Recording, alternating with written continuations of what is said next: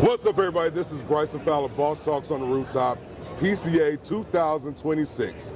And I have the greatest honor of introducing a man out of my home state and city, Mr. Al Micallef of Micallef Cigars. How you doing, Al? Great to see you again. Great to see you. Always a pleasure. So, this year, this PCA, we're releasing the new white series. Yeah. Yes. For it's in Connecticut. it's a new Connecticut. Yeah, it's outstanding. Yes. It's phenomenal. Actually, I've had it once. You actually gifted me the first one, yeah. and I'm like, okay, this is a different kind of Connecticut. Yes. So, what are you pairing it with right now? Well, I mean, you know, I'm not an alcohol guy. I don't drink, but I pair it with a chocolate malt. Chocolate milkshakes. You know, they're all good. Yeah. See, I'm a Dr. Pepper guy. Oh yeah. Okay. So when we met at Silverleaf Cigar Yes. Lounge, I was drinking a Dr. Pepper. Yes, you know what you were actually. Yeah. And you gave it to me, and I was like, oh wow, this is kind of robust to be a Connecticut. Well, Al, a lot of people don't really know you, right? They're getting to know the Micallef brand because you guys are really taking a strong arm into the cigar industry. Yes, sir. Why did you get into the cigar industry? I'm sorry. Why did you get into the cigar industry? Oh my gosh! You know, one of our main businesses is supplying automotive products, and they spent their whole life beating you to death on price. Every year it's something else, you know, price downs. And I finally found an industry that if you have a great product, nobody's beating you down on price. You just, you know, I mean, it's an industry that takes a lot of capital, but at least if you produce a good product, people appreciate it. And that's basically why I got into it. Okay. So, what is your go-to of your brand? That's a great question. Every time we bring out a new color series, I'm in love with it. Right. I think I probably smoked 50 of the whites so far since we brought them out.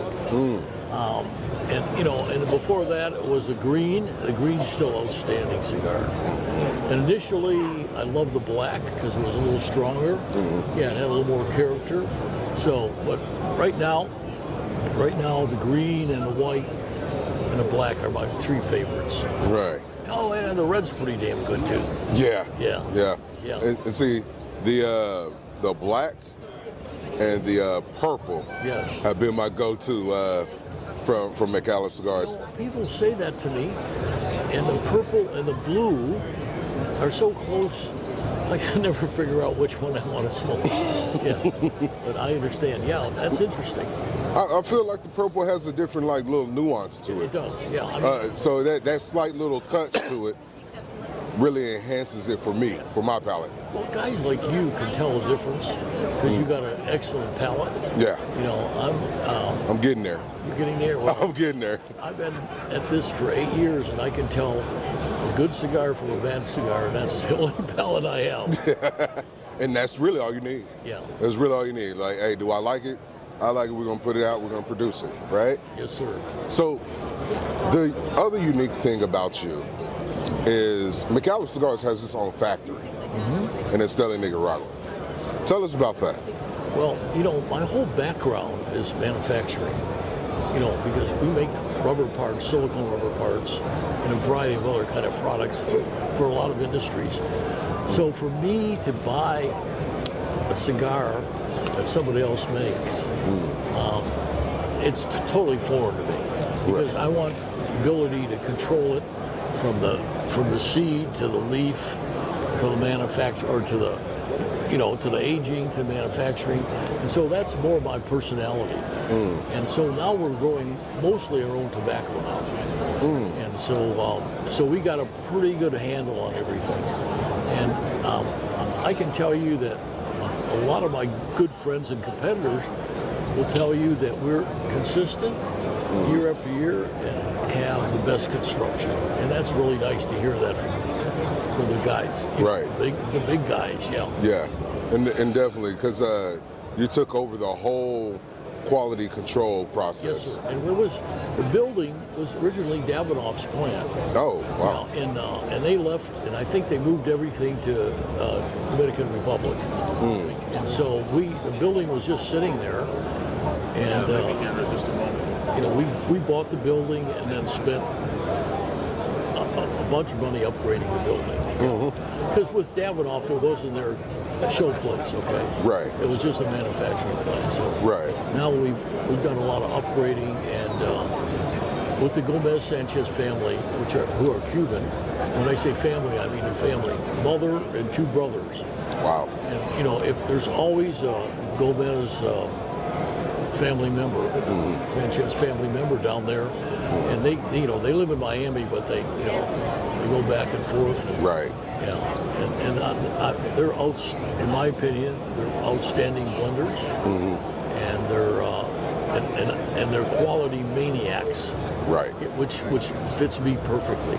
Right. Yeah, all of our manufacturing plants are ISO, ISO 9000, also 9001, which Right. is the highest quality level in manufacturing. Wow. We feel the same way about cigars. Wow. And so you can tell that you're very meticulous in your approach to things, even all the way that you run your company with being very lean and minimalist, so you guys can be more quality driven. Yeah. And I think that's a phenomenal strategy. So the other part you said, like with how you mentioned the Gomez family, Micallef is that way as well. Like I see you have your daughter, you have your sister-in-law, they all run your business hand in hand, and you at the helm. So what is that like with entering with the family dynamic? Well, I knew that we were, I smoked cigars for a long time, but obviously when we got first involved with that, my thought was this is an art and this is a science, and I don't have that skill, right? So I said I needed to have people that were dedicated to the product and that had all the arts and skills, okay? Right. And the family came as a package, which of course, if you start a cigar company, which you basically would do, is hire one at a time, right? Right. Well, we hired a whole damn family. So, but we got a lot for it, yeah. And now they're recognized, obviously, in the cigar community as Absolutely. great people. Absolutely. I've never had a return cigar. I know that didn't draw, and I've very few cigars ever were returned for any other issues. And I say few, I'm talking about. I don't know that we've ever had 10 cigars that were returned. But Right. yeah, these guys are. We draw test every single cigar. I was in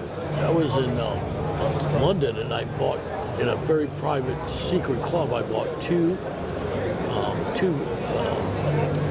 cigars from, they were Cohibas, and neither one of them drew. And this is a really ritzy private club. Yeah. I took them back. I was embarrassed. They said, "Hey, these don't draw."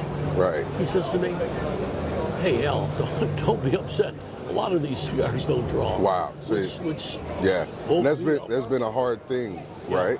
Yes. Like the draw not being able to pull, and Yes. Oh, yeah.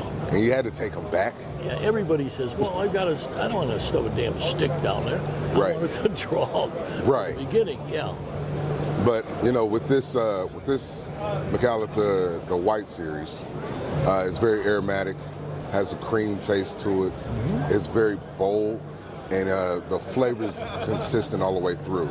And then you guys can look at the construction of it, and take a look at this ash. We're stacking dimes right now, and look at the ash. And Al, you're like me. You don't like a lot of pepper. No, I do not. Because I don't believe it's pepper. Yeah, we believe it's My ammonia. belief, and I may be dead wrong, but I believe it's in a fermenting process. You don't drive all the volatiles out. Right. So you end up having pepper. But, Yeah. I may be wrong, but I feel that's the way I feel. Right. Well, for me, I don't like it either. Yeah. I'm not a big pepper guy. I'm more of a flavor give me a nice, good flavor, make me smooth, take us on a journey, and that's the type of vibe I'm on. Listen, if I like pepper, I just make a cigar out of a jalapenos. You know? So I'm happy. Now, I may be telling stories outside of school, right? But I heard that you was a NASCAR driver. You heard what? I heard you were a NASCAR driver. Yes, I was. But it was formula cars. And I drove just Formula Mazdas. You know, which was like, as you jump into the Formula Ones, you start in the lower level with a Formula One or Mazda, and then you work your way up. Well, I started driving when I was 60, so I didn't have a chance of making it any farther than where I was. And I thought I was a pretty good driver, but I think I still hold a record at Laguna Seca for really? Yeah, but it was because I was pissed off and drove like a maniac. Right. Yeah. My instructor says, "Why don't you drive like that all the time?" I said, "Because I'm not mad all the time." I'm not mad all the time. I love that. You have so much of a background that is phenomenal. You're really amazing. You have amazing cigars. Thank you. I appreciate your time. So how can we find you? How can we connect with you? Okay. How can we find you? How can we connect with you? How can we order your cigars? We only sell the brick and mortars. Okay. And and if you want to buy our cigars online, or you go to somebody in Florida, or a lot of our customers, ship. Neptune, for example, sells a lot of our product online. But if you don't have a brick and mortar, we're not selling you cigars. Yeah. Because I believe that 60% of this industry is having the ability to sit in a cigar lounge and make new friends and smoke and enjoy the camaraderie of having a group of cigar people. And you know that anywhere in the world. Exactly. I mean, I've been in the worst places in the world and had cigars and made friends. Right. Yeah. Right. Because you're more so about cultivating the community. Yes. And I love that. Well, it would be awful, in my opinion, if we lost a lot of brick and mortar stores because they're being undercut by the big, huge companies. Right. Yeah. So. Right. So we won't sell to them. In fact, I know you know this, but we fired one of the big people when we found out what they were doing. And they were massive. Yeah. And they said to me, "Well, we have a lot of your cigars." And I said, "Good, I'll buy them back." We bought them back, and what am I going to do with them? I said, "I don't want to flood the market with them."